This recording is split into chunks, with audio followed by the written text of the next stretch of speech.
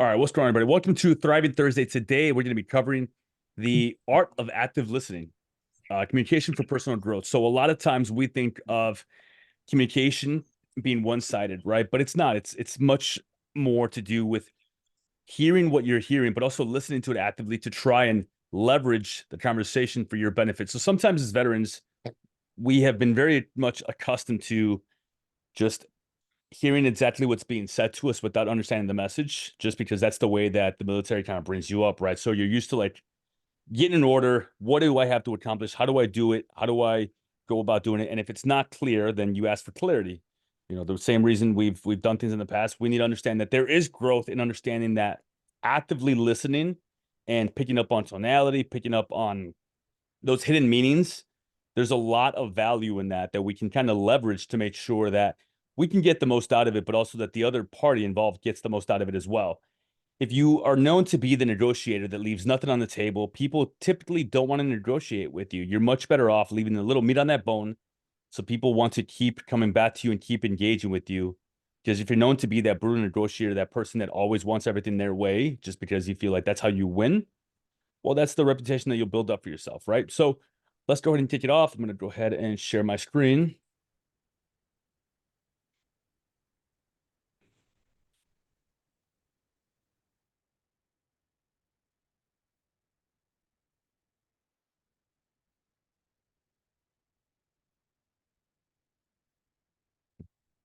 Uh, all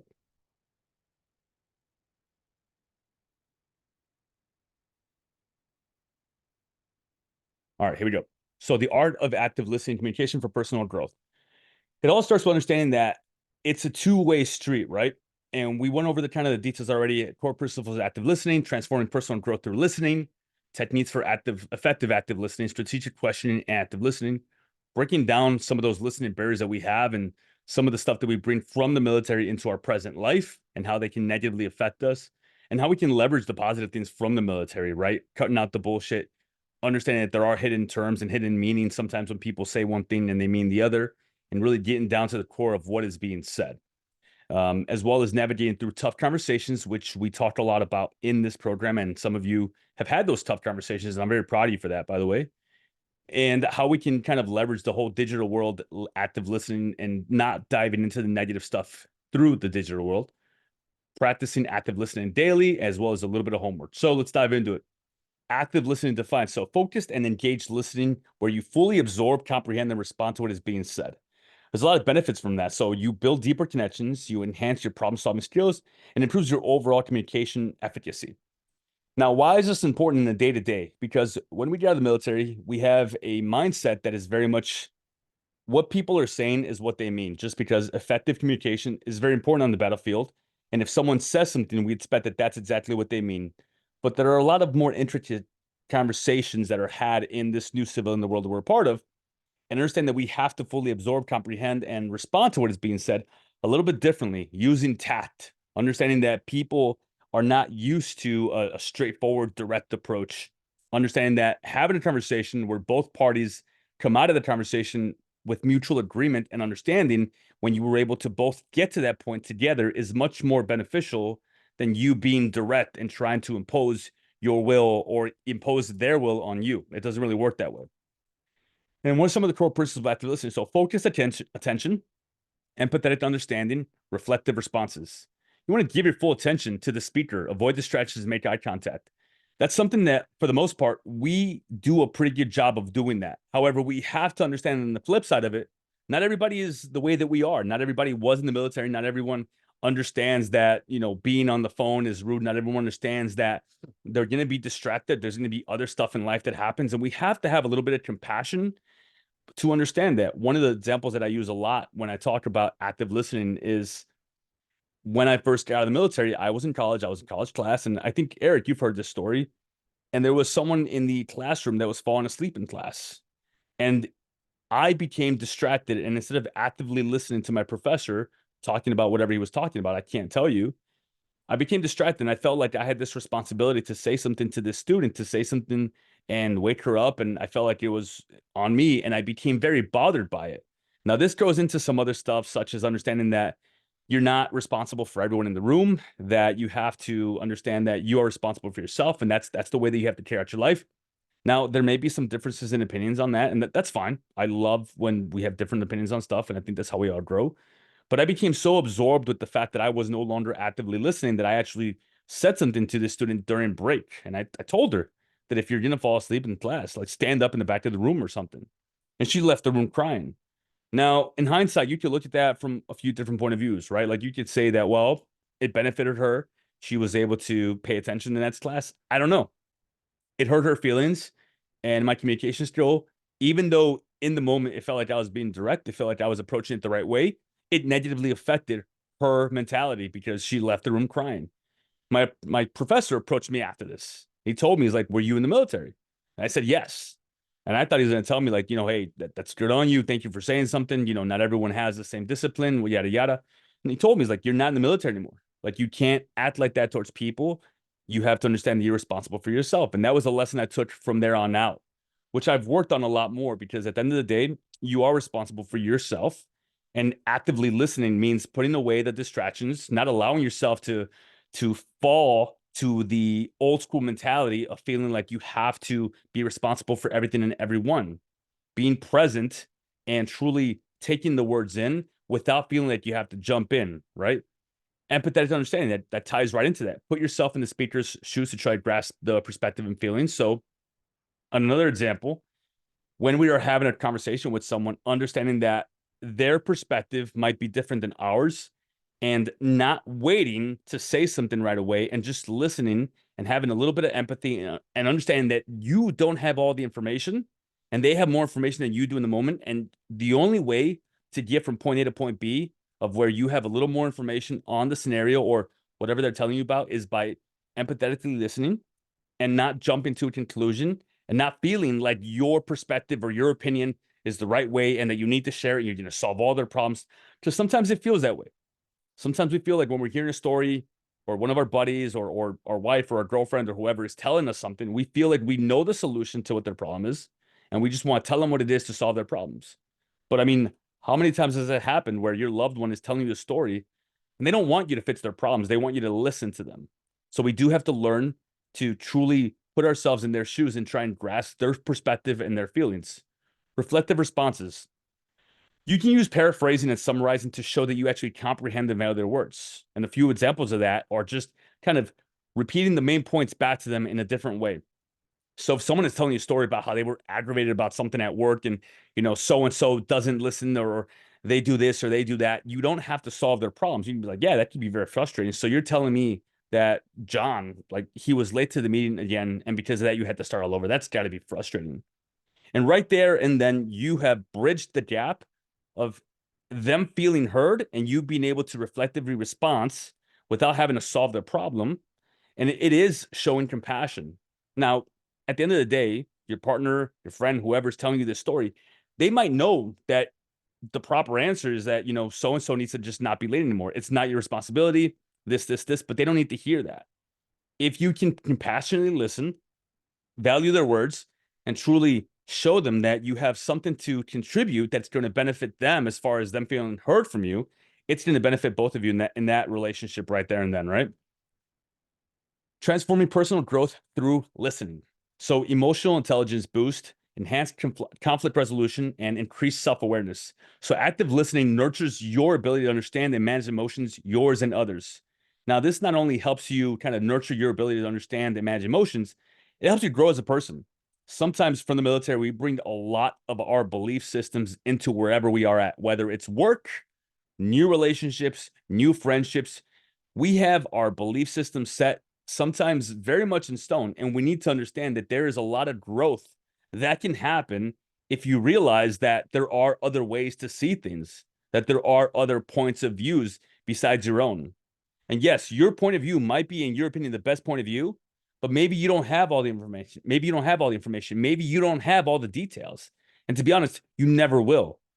The only way to truly try and get more details is by placing yourself in their shoes and by trying to have a little bit more compassion. And it's going to help you manage your emotions and the way that you react a little bit better. So, better understanding of different viewpoints leads to more effective problem solving. Same thing I mentioned.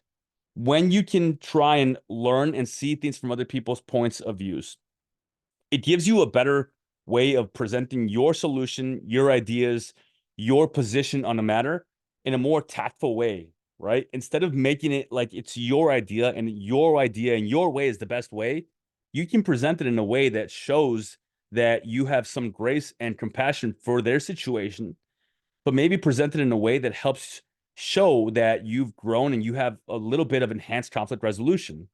So when someone presents a problem, and let's just say that your child, your child is continuously late to school and he's not turning on his homework on time and he's having trouble at school, instead of you coming down on him or her and saying, like, you need to be better, like, this is going to cause this and this and that, you do have a better perspective of what can make that situation better.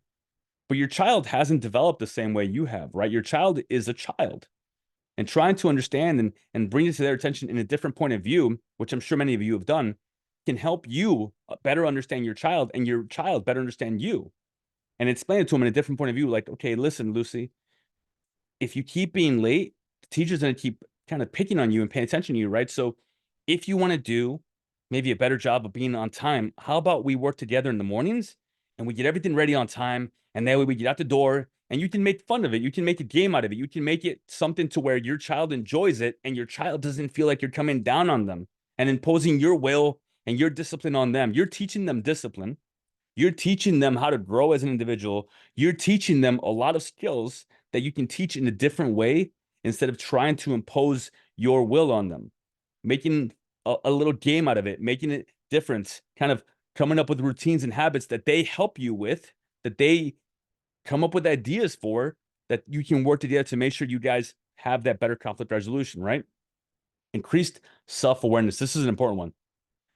So we have to work very, very hard, very, very hard on recognizing our own personal biases. And we have to work on trying to become a more empathetic listener. Because the same way that when you get out of the military, your first year, first 2 years, 3 years, 5 years, even sometimes 10 years, you've been built, you've been designed a certain way because it was useful in the military. It was very useful in the military because you had your belief system, especially if you were freaking doggone squared away and you knew how to do things and you were the person that people went to in the platoon, in the squad, in whatever, to get stuff done. You don't need a lot of information to make a decision, right? Unfortunately, or fortunately, depends how you look at it, how you frame it, we're now in a different world. Our culture is different. The people that we're surrounded by are different. The people that we spend time with are different. They expect you to be a little bit better because we have to work on being better. We can't just impose our will on people. We can't just say this is the best way to do it. You have to actively listen and help yourself realize that a lot of your personal biases from your past, from the military, even though then in the moment they felt right, they no longer serve the same purpose. It's not about getting enough information to make a decision. It's about getting more information. And it also helps because when you do that, when you learn to listen, they become more comfortable sharing more information. So if you have consistently been the type of person in your life that when you get enough information, you want to make a decision, you're like, all right, this is what we're doing, this is this, that. They're not going to be as comfortable sharing with you. Slowly but surely, you're going to push people away. And before you know it, people may not come to you with problems because they feel like, oh, well, so-and-so always feels like they know the answer to everything. Or so-and-so always wants to do things his way. Or so-and-so always has like their idea of how things should be done. And it doesn't mean that it's the bad way or that it's the wrong way to do it. It's just that when you don't actively listen, when you don't try and take the information in and give them space to actually talk about what they want to talk about, you take away their ownership of it. You take power away from them. So when we can come to that mutual understanding, when you can work together with the other party involved, give them a voice, they feel like they have much more control over the situation. They feel like they can ask you for advice. They feel like they know that they can come to you because you actively listen, you're empathetic, and you don't try and impose your will or your decision-making process on them. And before you know it, it might turn into a type of relationship where they trust your knowledge. They trust your decision-making process. They learn from it. They start applying it. And this can work up or down, right? If you're to your employer or your employees, the same thing. You don't want them to feel like you have all the information because then they're less likely to come to you or even fellow coworkers or friends. If you've been the type of person in your life that has a lot of the solutions to life problems, it's benefited you in the past. It helped you get recognized. It helped you make good decisions. It's helped you very much this far. However, if we can't share that knowledge appropriately, we are going to come off as these know-it-alls, as these veterans who have a belief system that you can't budge. So we have to learn that listening is just as important as giving our feedback and our ideas, because if we don't listen, we don't get the full picture. And if we don't get the full picture, eventually they're going to want to stop sharing with you. So what are some techniques for effective active listening? Paraphrasing, we talked a little bit about that. Open-ended questions, nonverbal cues. Repeat back what you heard in your own words to confirm understanding. Again, this can very much be mirroring back and saying back what they're telling you to make sure you're processing it. It also shows them that you're listening.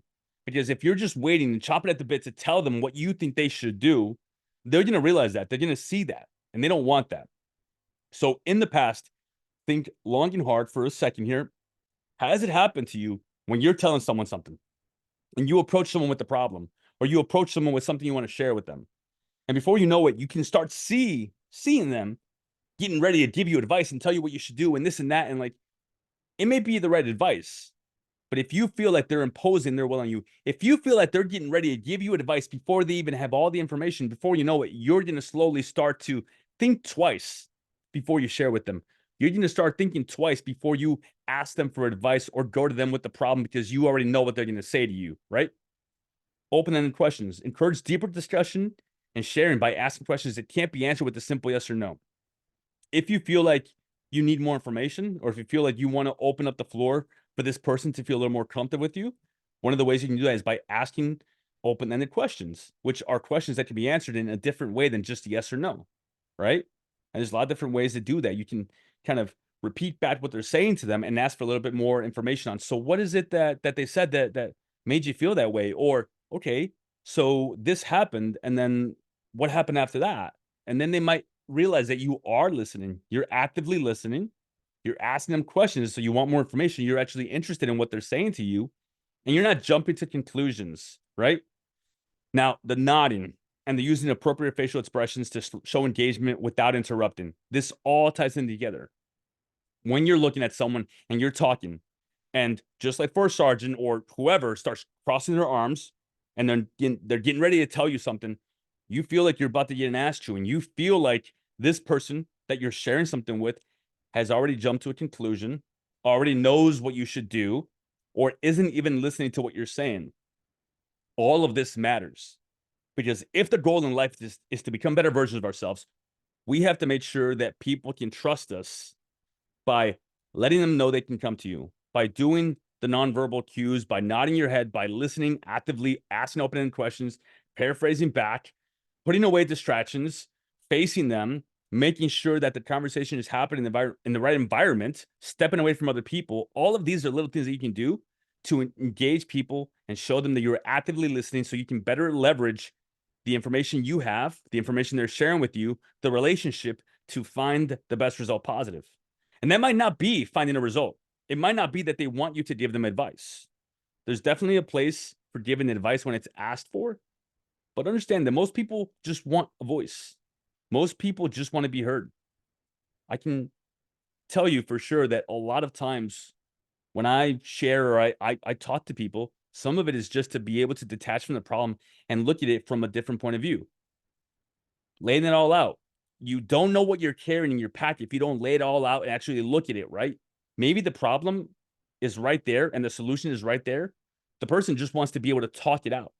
And if you become someone in their life that they know that they can come to actually help them dissect that problem or dive into it a little bit deeper, or maybe you ask them those hard questions that maybe no one asked them appropriately, they're going to be able to maybe detach from that problem a little bit and look at it from a different point of view. And that's very important as well, because not all the time do we have to give advice. There's appropriate times, and then there's times when they just need you to listen. And that's a hard part. Absolutely.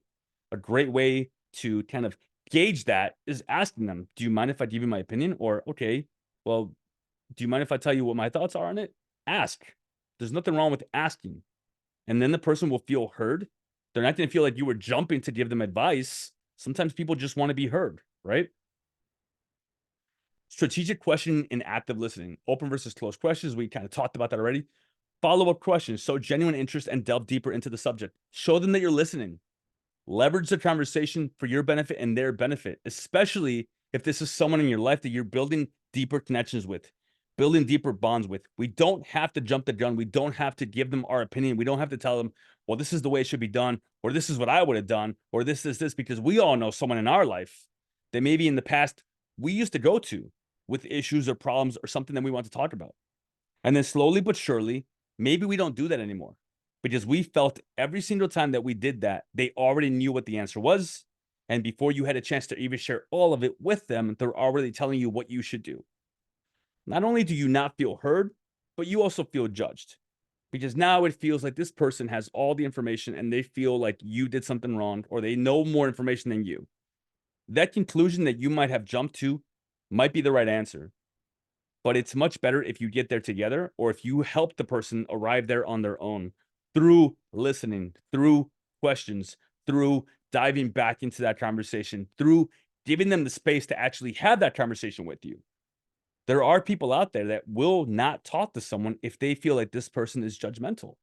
I'm sure we all have that person in our lives, that family member, that friend, that loved one that we just don't feel like we can talk to. When I first started doing therapy, one of the first things I noticed with the first therapist that I went to was that I always felt like this therapist was just getting ready to tell me what I should do. And it made me feel like I wasn't heard. It made me feel like, what am I doing here? I didn't feel like I was getting the answers that I wanted. And I realized it's not that I'm looking for answers. It's just that I'm not actively listening to myself. I wasn't giving myself space because even though she was jumping to conclusions on her own, the conversation wasn't even being had. I ended up switching therapists, and there's nothing wrong with that. By the way, you have to find someone that truly fits with you and meshes with you well. And it might take 2 or 3 therapists. But at the end of the day, having that balanced conversation that I needed, it wasn't being had, right? And there's different types of relationships, right? There's employees to bosses, there's coworkers, there's friends, there's family. There's a lot of different sort of relationships, right? But at the end of the day, having the balanced conversation is important. And what I've said from the beginning, I'm sure many of you have heard me say this, is the squeaky wheel gets the oil, which means that if you're not speaking up and you're not talking about what you want to talk about because you feel like you can't, you have to still try. And maybe it happens once or twice, and maybe you don't feel like you're heard. You have to find a way to effectively communicate, and it works better when both sides are willing to have that balanced conversation. Breaking down some listening barriers. As we talked about, recognizing what some of our personal biases are. And we have a lot of them. Like, we may not recognize them now. Maybe we've been working on recognizing them, but we have a lot of personal biases. Why? Because the military very much indoctrinated a lot of us for the 4 years, maybe 8, maybe 10, maybe 12, maybe 20 plus years. And we have a belief system based off of culture, based off the way that things have been done around us, for us, by other military members or the service. And we can have personal biases, but we have to recognize them. We have to consciously try and set them aside. We cannot have these preconceived notions or preconceptions or prejudices about what's being said. It might be hard. It's really hard. For me, I know it is, especially when maybe my mom or my dad or my sister are telling me about something and I feel like, all right, well, why don't you do this or do that? Or tell them that you don't want to do this or that. My sister had a situation where she had some roommates that were just absolutely terrible. And she would complain. And I got tired of it. I'm like, well, why don't you just tell them this? Or why don't you like stop doing that for them or this or that? And it shut her down from talking to me because she wasn't looking for advice. She was looking for a sounding board for her to be able to figure out what she should do in that situation. And the situation was almost over. She had 2 months left there. And in her mind, her avoiding the conflict by mitigating the situation was better than her causing the next 2 months to be very, very hectic for herself. And I'm not in her position. I'm not in her shoes. I can't make a decision for her. I can't give her my advice because I had a personal bias of not putting up with the bullshit. However, I've realized that sometimes avoiding the conflict is better when you can make your situation better in the overall grand scheme of things. And if you disagree, that's fine. I'm all about having the hard conversations, but are you going to have the hard conversation for the overall benefit? Or is it just because you feel like you have to say something? Is it going to make it better or is it going to make it worse? Right? Emotion management. We have to stay calm and composed, even in emotionally charged conversations. And this was hard, especially thinking about your conversations with your loved one, with your wife, your husband, your sister, your brother, friends. We all have emotions. We all have our opinions. We all have a grounded belief system of what is right and what is wrong for the most part. We have to learn to stay calm. We have to learn to keep our equanimity. We have to learn that a yelling match is not going to benefit anyone. If you need a moment to detach, if you need a moment to step away and say, let's come back to this conversation, or stepping away and saying, I just need a moment, that's fine. That is always better off than thinking that you have to tough it out and stay in the conversation and stay in the fight. It doesn't work that way. Like allowing yourself to emotionally and physically step away can help you recharge your batteries, can help you kind of think about the situation, can help you think about what can I say or what can I do differently to create the best outcome in this situation. And same for the other person. You can help them realize that stepping away is not a bad thing. I know a lot of people in the past, especially for me, like we gotta talk it out. We're not leaving this room till we figure it out. Is that what's best? We're emotionally charged. Can we step away? Or can we work effectively to stay calm? Can you avoid saying words that are accusatory? Can you find the best outcome by thinking about things from both perspectives? And again, maybe not always will you always be able to find that best solution for both, but at the end of the day, can you leave that issue, that fight, that confrontation, knowing that you gave everything you had to try and create the best result? It matters because then you can realize little by little, you start to transform, you start to become a better version of yourself. And before you know it, you can avoid a lot of these issues from the get go, from identifying it from the start. It's happened to me when I was fresh out the Marine Corps. I was an asshole. I didn't realize it. That's the thing. Like, you don't realize that you're an asshole when you're in the asshole moment. You think that you're disciplined and you're tough and that, you're no nonsense and that you're just direct. Okay. Are you those things or are you abrasive? Are you judgmental? Are you the type of person that people can't come to talk to because they don't want to confront you because you come off as this person that doesn't have any sympathy? You have to learn that people view you the way that you present yourself to the world. So if you've been out of the military and that's the way that you convince yourself makes sense to be, is it really helping you in life? Or are you holding yourself back because people don't feel like they can approach you because you're not easy to approach, because you come off as judgmental, you come off as a certain way that to you made sense in the moment, but in the long run, it doesn't help you or the other person. You have to adjust your listening approach to suit the speaker's style. Maybe this is someone that loves to talk and just continuously complain about the certain things. There are ways to approach that without offending the other person, right? And again, the flip side of this, if there are those people in your life that just use you to complain and moan and just moan about the same problems over and over again, there's nothing wrong with you deciding for removing yourself from that dynamic, from that situation, from that relationship, limiting the negative exposure that you have. If there are people that use you to just talk and talk and talk and just bombard you with their problems, it's more about them than it is about you. Gauge it. Tell yourself, is this something that happens continuously? Have you made the effort to actively listen? Have you tried to give feedback when asked? And if it's not changing, then you do need to make a decision to remove yourself from that negative relationship one way or another.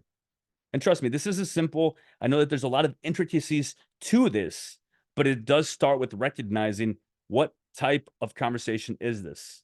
Is this on repeat? Is this someone that is just using this conversation to make themselves feel better? And then by the end of it, I feel drained. And if it is, you can say something about that. There's nothing wrong with saying something about that in the right way. Saying, hey, listen, I feel like this happens a lot to you. Like, do you think maybe you should look for another job? And if they tell you, oh, well, you have tried that, blah, blah, blah, at some point, the conversation becomes repetitive and you can remove yourself or stop allowing yourself to be the person that everyone goes to with their problems. You can ignore a phone call. You don't have to reply right away. There's nothing wrong with that. Again, you're not responsible for everybody.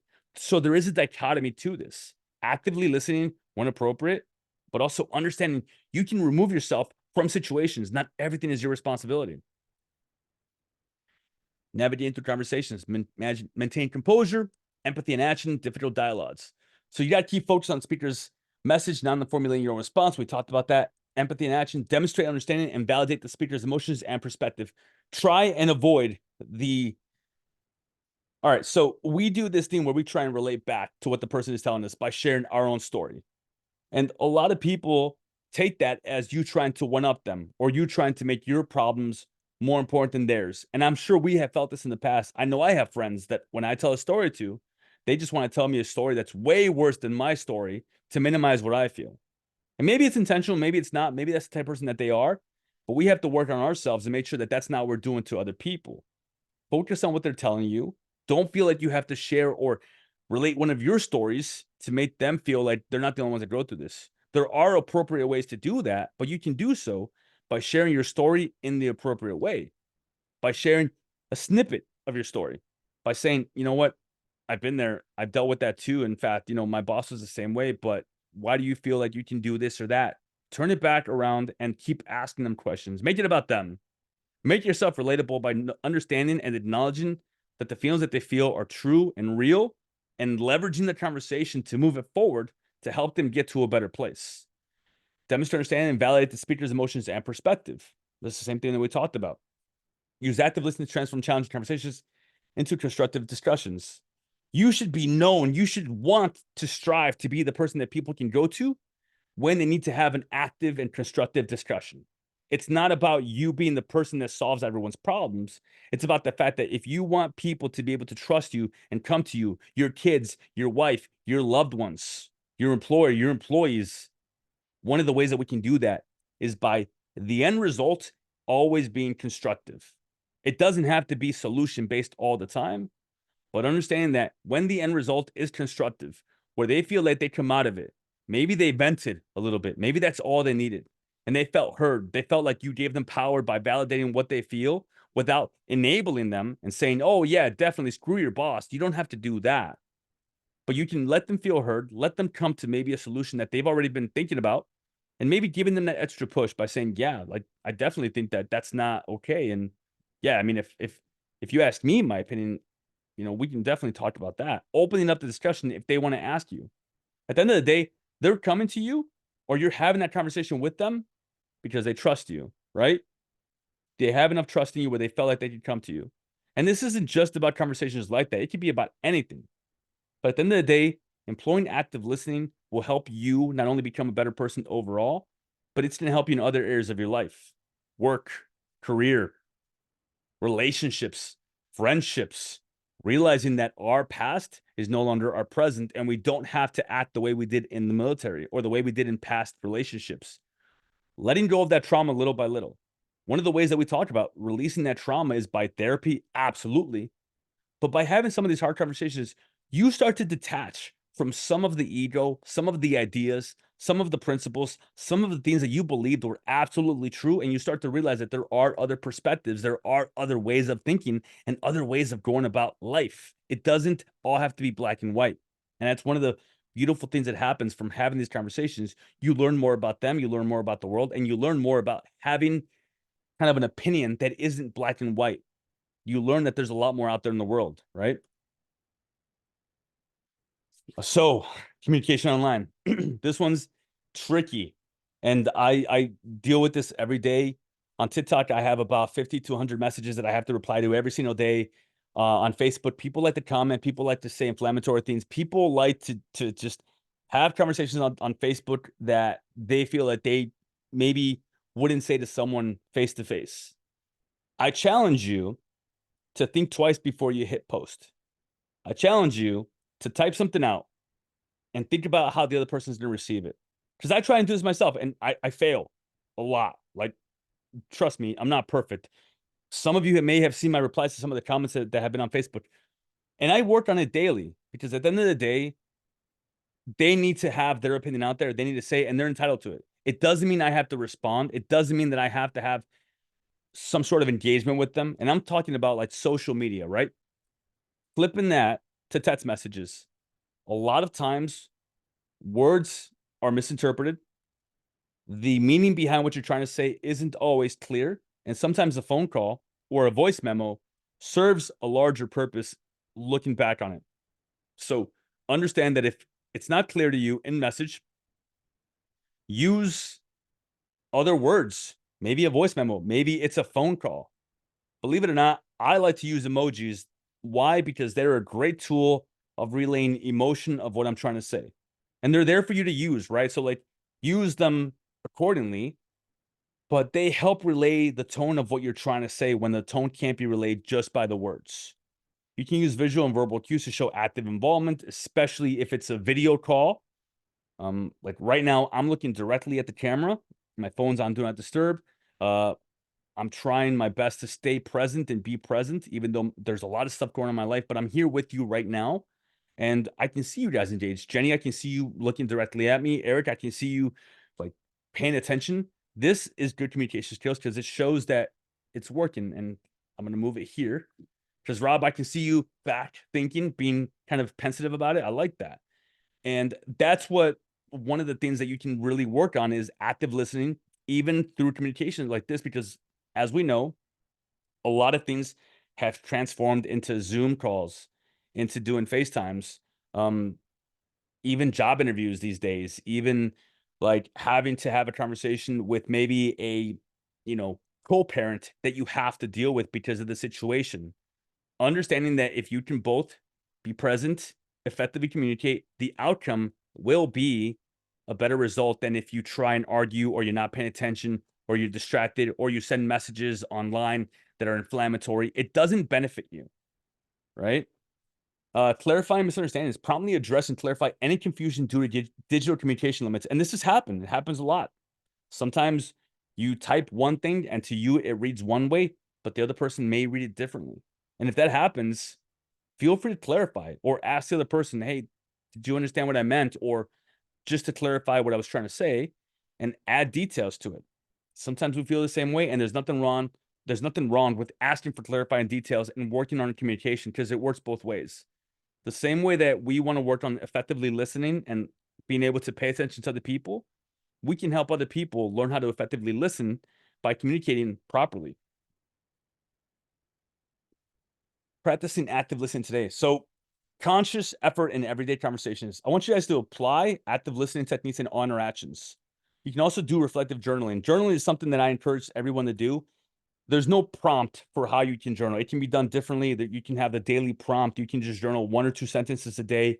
Lately, I've been using my phone to journal because the iPhone has this new journal app that prompts you to journal on a specific maybe place you were at or a specific event or even if you had an appointment with a friend, you can journal about that specifically. That's something that I've been doing a lot more of. But applying the active listening on your day to day is something you can practice with your kids, something you can practice with your friends and your loved ones. Work on seeing where your limitations are, what type of biases you have, and realize that the better you become at listening, the better communicator you will become all around because people, your friends, your loved ones, whomever, will feel much more comfortable approaching you.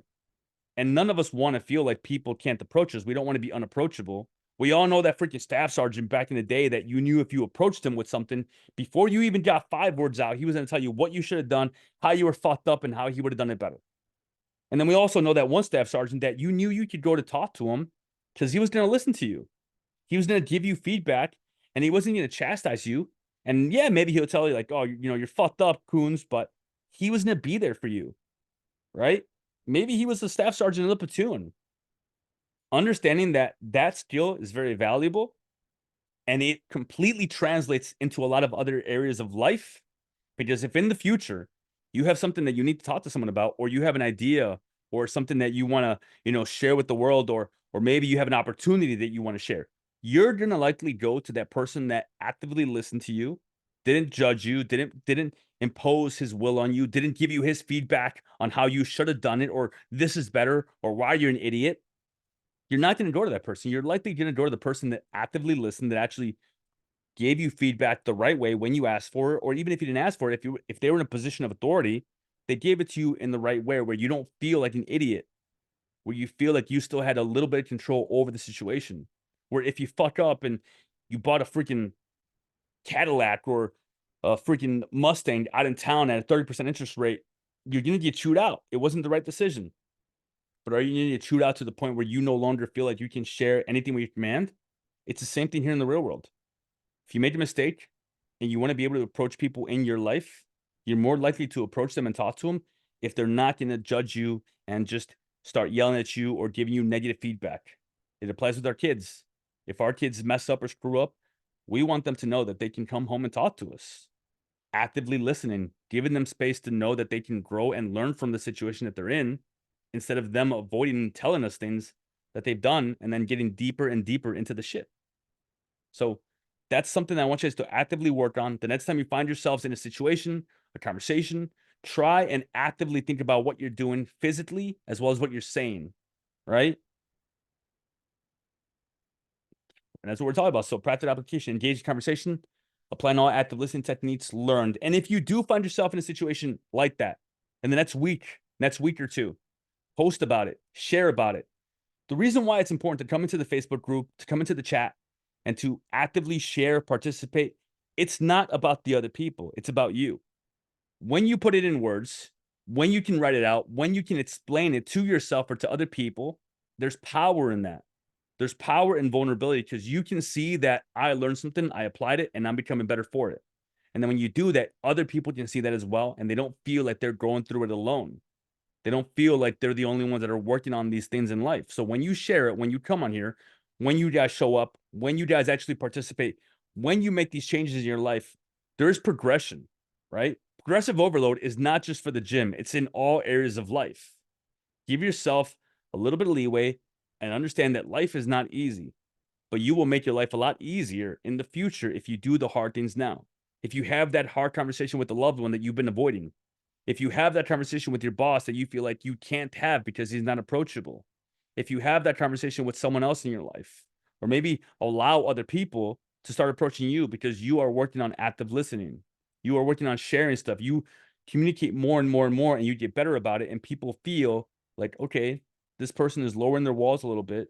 They're not putting up these boundaries and all these barriers, and I can approach them and talk to them a little bit, right? All right, that's it for the slides. Shut this down.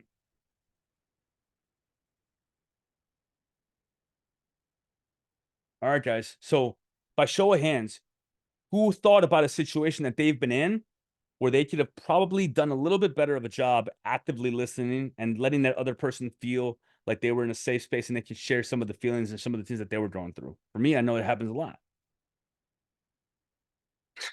Eric. And by show of hands, like, who has ever felt like they've been in a position where they couldn't go to their boss or their wife or their friend because they knew that they were going to be chastised or talked down to or judged? And it didn't feel very good, did it? So we have to work on everything in our lives. It's not just about fitness and doing the workouts. Heather said every effing day. And I hope you're working on that. I know you are, actually, Heather. I know you are. So it's not just about fitness. This program is not just about here, do these workouts, try and eat this food, and show up to the coaching calls. It's about knowing that when you can work on one thing and it becomes better, you have more bandwidth, you have more capabilities to start addressing other problems in your life.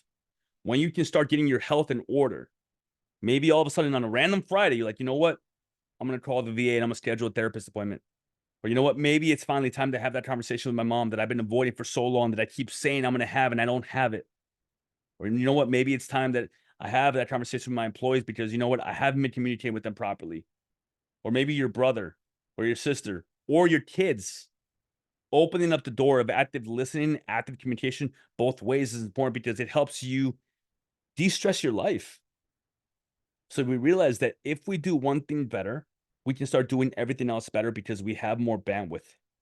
It's a trickle effect. The same way that you stack losses, the same way that when you fail and you lose integrity with yourself little by little, you can do the same thing in the positive. When you wake up with intention, because the night before you set your alarms, you put your workout stuff right there by the door, you didn't stay up late, you didn't late night binge, you didn't watch TV, you put your phone away, you did everything the way you were supposed to the night before, and you wake up and you go to the gym and you feel better for it. Maybe as you're leaving the gym, you have this freaking just rush of norepinephrine, epinephrine, serotonin. Like, you know what? I feel good. I want to send a message to my mom telling her I love her, and I'm just so grateful for the way that she raised me. Opening up those lines of communications that you haven't had in a long time.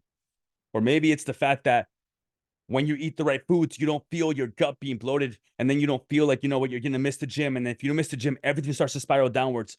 It works positively as well. You go to the gym, you focus on eating the right foods. Your mindset becomes clearer because you know what, when you eat better foods, your body reacts appropriately. And then your anxiety level starts to drop because now you have the power in you to say no to your buddy who wants to have a beer every Friday night. You know what? No, dude, I'm good. I'm going to hit the gym. Okay. Wow. Look at that. Your Saturday morning just got a lot better because now last night you didn't stay up late night drinking. And then your Saturday morning opens up and now you can play with your kids a little bit more. Your life gets better overall if you realize that every single action that you take plays a part in what's going to happen tomorrow. Right? All right, guys. Thank you all for being here. Do me a favor. If you want to share something, some feedback, some wins, take yourselves off mute. Take yourselves off mute if anybody wants to share or just talk about what they heard. Or go ahead, Robert, or Bobby. My bad. You like Bobby? Yeah, so I mean, this is like this hits home in a different way because it's every single day. I deal with damage restoration. I'm constantly communicating with homeowners. Doing project assessments, and so they don't know me before going in the door. So it is when I started in this industry, it was hard for me to not feel salesy until I finally was like, hey, no, wait a minute, I'm here actually providing a service. Like you've got issues, you've got damages within your home, um, within your building office. Like I'm here to provide a service, and I kind of went against the grain on how I was taught with the first company. The first company was super salesy. It just you don't listen. You just cut right to the work authorization. Like, I've got all the answers for you. And it just never felt natural. The customers could pick up on it, they could just sense it. And yeah, no, it wasn't me. So I had taken a interpersonal communications course, and I kind of just like reflected back on that book and was like, you know what, like the social cues, the gestures, the face expressions, the listening, like that's what I have to do to gain the trust of this homeowner, of this business owner who has no idea who I am, has never met me before, let alone the fact that I'm coming in with, a beard, tattoos. Like I have to get through so many barriers. So so much of what you just went over in the last 3 years has been on my professional development, a very, very key factor, like all of these things. But then when it comes to family, I am the head of the household, and it's hard having all this professional experience throughout the day where I'm the go-to person with all of the answers from A to Z, from beginning to end, from a project, and then getting home and not being able to turn that off and listen to my wife. Um, so we got to the point where it was like, hey, before we start this conversation, if my wife were to approach me, it's, hey, babe, I want you to listen to the conversation, like listen to what I have to say. I don't need any advice. I don't need any opinions. I just want you to listen. And that was huge for us to identify, because it was that. It was me like, okay, you got a problem, I got a solution. You've got a complaint, I've got a solution. And so she absolutely withdrew. She drew back. Mhm. Um, and then that made me feel like less of a husband, less of a companion and partner. And then that had its negative effects, but it was identifying that, accepting that, and like, look, like I'm sorry, sweetheart. This is how my brain works. 20 hours out of the day, like this is how my brain works. So let's go ahead and like let's just address that and say, okay, hey, this what you're coming to me with, you just want me to listen. And I can absolutely do that, but I need that reminder. I need that intro. Um, Yep. and that's just identifying those factors. But it's crazy. First session with you guys doing this, and this topic is my everyday life. So Well, much appreciated. for sure. And I'm very happy that it hit home. I think setting the tone for the conversation is very important, which you did talk about and address. And I think something else that I didn't talk about is understanding that there's different dynamics in different relationships, right? And I work very hard to, how do I put it? I will always go the extra mile to make myself the better option, meaning that people love their first names, right? So whenever I meet someone, whenever someone is coming into my world per se, or meeting me, they may have preconceived notions of who I am.